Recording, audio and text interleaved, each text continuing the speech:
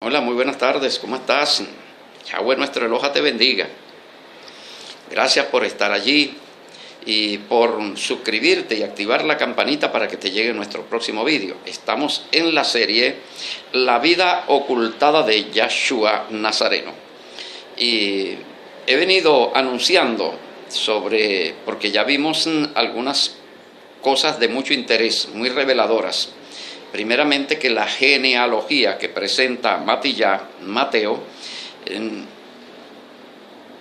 no pareciera que si hay un nacimiento virginal, sobrenatural, sin padre humano, entonces definitivamente esa genealogía sería de José, sería de Joseph, mas no de Yahshua.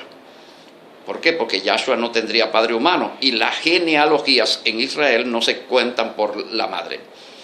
Tampoco Yahshua pudiera reclamar el trono de Israel, ser heredero del trono de David, por cuanto para reclamar ese trono como herencia, como descendiente de la dinastía de David, tendría que, mediante una genealogía, probar su descendencia. Y para probar su descendencia con una genealogía tendría que tener obligatoriamente un padre humano, porque la ley de Moshe dice: no entrará bastardo en la congregación de Yahweh. ¿Y quién es un bastardo? La persona que no puede probar tener un padre. El que no puede demostrar que tiene un padre humano, para la ley es un bastardo. Por lo tanto, ellos no pueden hacer más. Y para pertenecer al pueblo de Israel también es obligatorio, porque tiene que estar registrado en una comunidad judía, en ese caso sería una sinagoga, y sujeto a una autoridad. Entonces allí hay estos inconvenientes. Revisamos la conducta de los hermanos, las hermanas y aún de la madre de Yahshua, que en cierta oportunidad salieron con cuerdas a buscarle atado porque decían que estaba loco. También la incredulidad de los vecinos, ¿no? Y entonces él, autocalificándose profeta, él no se coloca de otra forma sino como profeta. Dice: ningún profeta tiene honra en su familia y en su tierra. Allí nos da una información, su tierra. ¿Y a qué tierra se refiere? No se refiere a Belén de Judea, porque él allá no vivió allá, no habitó allá, fue en Nazaret, y lo que está llamando como su tierra es a Nazaret, como si él es nazareno. O sea, él entiende que es nazareno, entiende a Nazaret como su tierra donde no lo aceptan como profeta. Entonces, ¿qué pasa con Judea? No es su tierra. ¿Y cuál es la tierra de un hombre? La tierra de un hombre es donde nace, no donde se cría, ni donde vive. Yo por lo menos no soy de Caracas, yo tengo una tierra donde nací, Santo Tomás de Angostura, que ahora le dicen Bolívar. Ok, entonces allí tenemos esos inconvenientes. Y nos preguntamos entonces, ¿pero por qué? ¿Por qué esta deshonra? ¿Por qué esta incredulidad de la familia, de los hermanos? Y decimos que hay varias razones. Unas, por su situación social y económica de pobreza. La segunda es un problema de temores. Existen temores no solamente en su familia, sino también aún en su vecino y en su comunidad. ¿Qué tipo de temores pueden tener los familiares y los vecinos referente a Yahshua HaMashiach? Bueno, los temores son los siguientes: que ya anterior a él habían surgido aproximadamente unos 10 Mashiach y todos habían finalizado en la cruz. Todos habían finalizado crucificados, pero cada uno de estos Mashiach levanta un movimiento, y al levantar un movimiento genera persecución y represión contra el pueblo por parte del Imperio Romano. El Imperio Romano entonces comienza lo que hoy llamarían violación de los derechos humanos, masacres, torturas, desapariciones, encarcelamientos, crucifixiones a los familiares, a los vecinos, interrogatorios que llevan mucha tortura y dolor. Entonces ya ellos habían pasado por esta experiencia tan dura y temían que él provocara una reacción del Imperio Romano, que era quien dominaba todo aquel territorio en aquel contexto, primeramente que Judea estaba convertida en una provincia romana. Ahora, ¿qué significa una provincia romana? Territorio romano bajo el derecho romano y bajo la gobernación de un prefecto que estaba sometido al gobernador de Siria.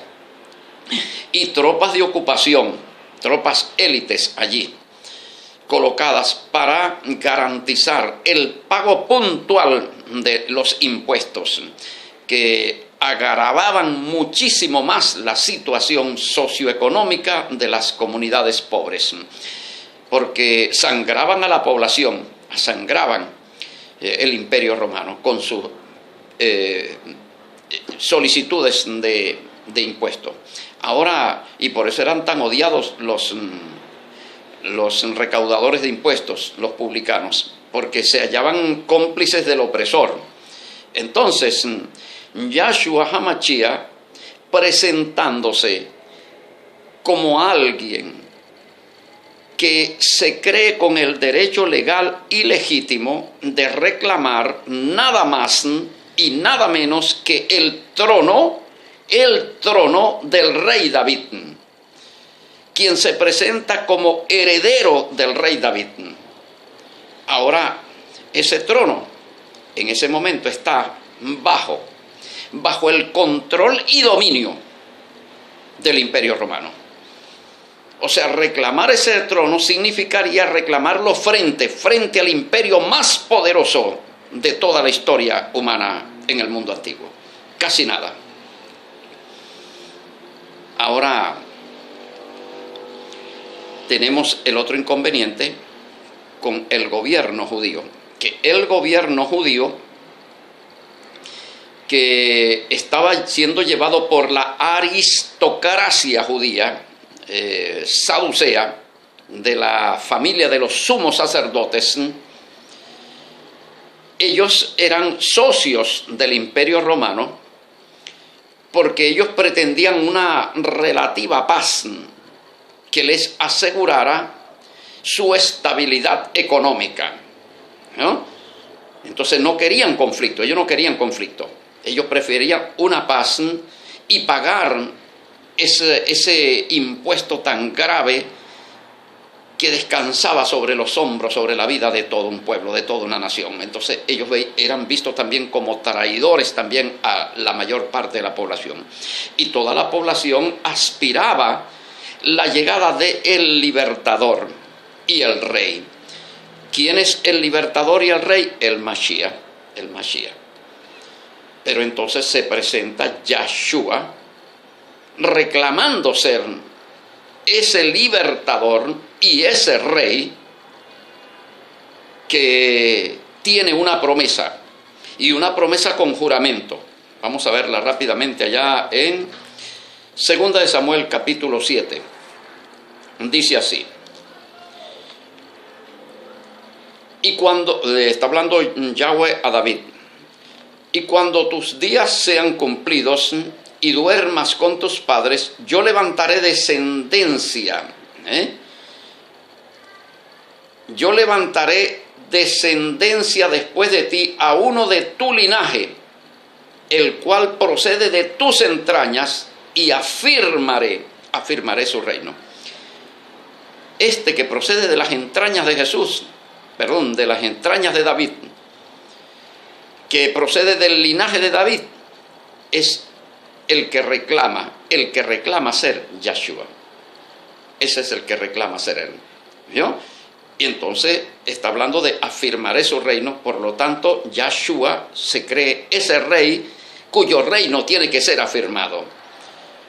Y lo vemos entonces que así lo demuestra Lucas. Vamos rápidamente a Lucas capítulo 1, verso 32. Lucas 1, 32 dice de esta forma, hablando de Yahshua: este será grande y será llamado Hijo del Altísimo, y el Señor Dios le dará el trono de David su padre. O sea que estaba garantizado de que Yahweh le daría el trono a Yahshua. De allí las palabras de él: ¿por qué me has abandonado? Si me vas a dar el trono, ¿por qué no me lo diste? Porque en el momento de mayor dificultad, en el momento de mayor confrontación, me abandonaste y me dejaste solo. Esto vamos a razonarlo. Ahora vamos a ver una cosa.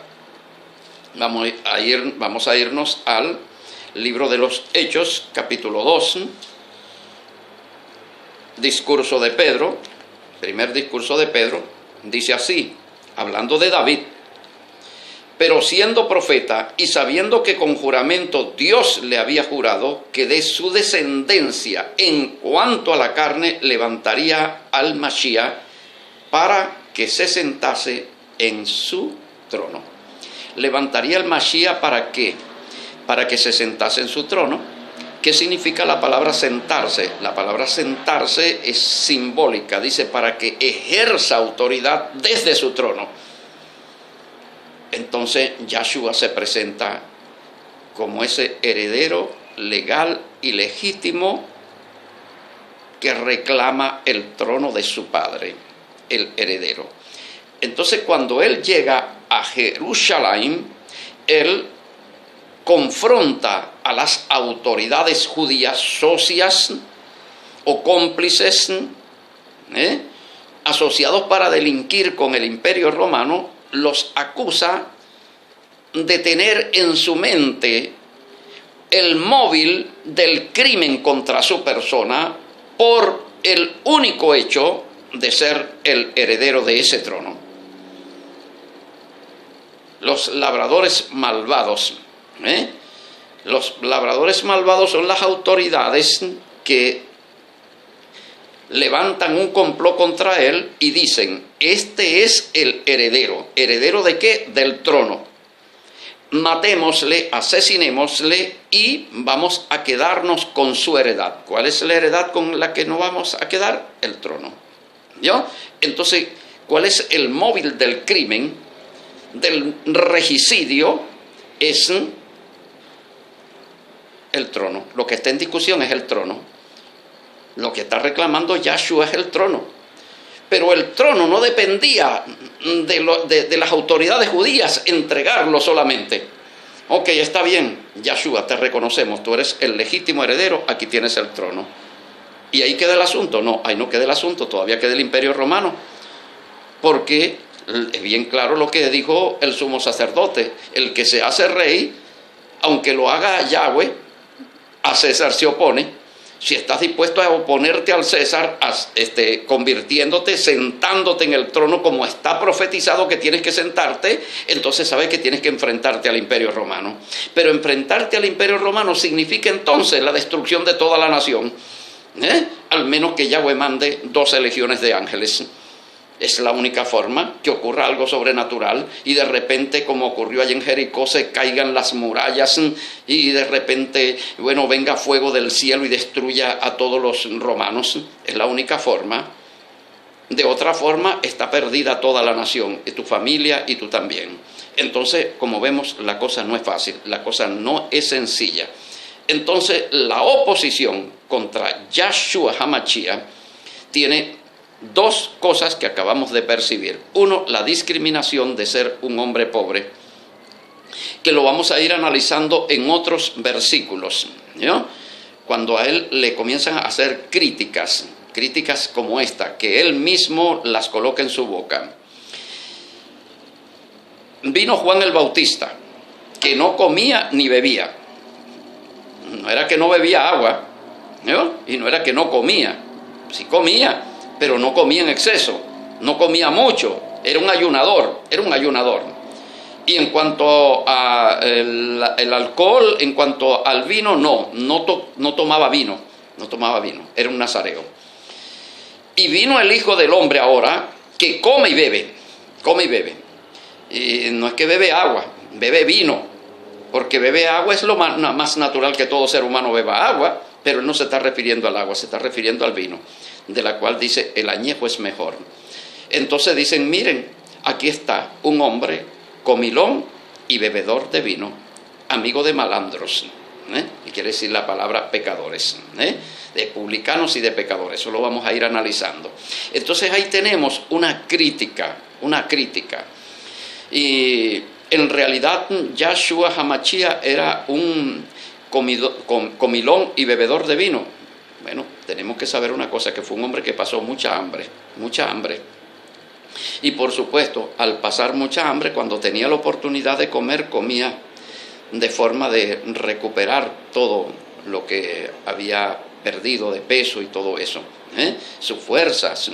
Entonces, ¿cómo sabemos de que pasó mucha hambre? Recordemos el pasaje donde dice que se acercó a una higuera a ver, tenía hambre, a ver, no era que estaba seguro, a ver si conseguía algún higo allí para comérselo, porque tenía hambre, pero no halló nada, ¿no? Y eso lo vamos a analizar. Y vemos el caso, por ejemplo, de los discípulos cuando frotaban las espigas y comían el grano crudo, ¿no? Entonces estamos hablando de un grupo de trabajadores para Yahweh en situación de mucha pobreza. Y entonces ellos los criticaban cuando lo veían comer. Y eso de bebedor de vino significa, bueno, que sí, a lo mejor de repente bebía una copa, 2 copas, 3 copas, y entonces cuando ya veían que llevaba 3 copas, decían, mira, ve, te das cuenta que ese es un borracho, es un borracho. Entonces iba la estigmatización, la discriminación, glotón, borracho, come con las manos sucias, anda con una cantidad de malandros, ¿vio? Es una persona marginal, es un judío marginal, y entonces se presenta ahora a crearnos un conflicto a él, que pone su vida en peligro, pone la vida en peligro de su familia y pone en peligro toda la nación. Eso es lo que está ocurriendo allí con Yahshua HaMashiach. Vamos a seguir analizando, vamos a seguir profundizando y vamos a encontrarnos un joven que frente a todas esas cosas está convencido completamente del ideal que le inspira, el ideal del reino que él sabe que le pertenece y que ese reino es el que verdaderamente va a traer la paz, la seguridad, la felicidad para todo su pueblo, y no solamente para todo su pueblo, sino para toda la humanidad.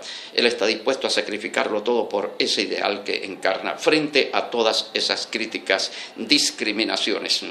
Entonces, ¿quieres saber más sobre la vida ocultada de Yahshua Nazareno, histórico, el verdadero Yahshua, el verdadero Mashiach y su ideal, el reino que creyó, el reino que predicó, el reino que anunció y el reino que verdaderamente es el verdadero reino? Entonces te agradezco que te quedes con nosotros para la próxima parte de esta serie titulada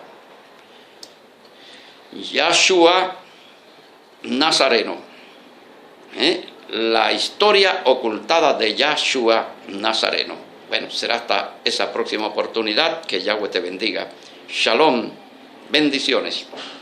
Ya sabes, ¿quieres ponerte en contacto con nosotros? Escríbenos entonces a nuestro número de WhatsApp 0424-255-7182. Repito, 0424-255-7182. Shalom Aleichem.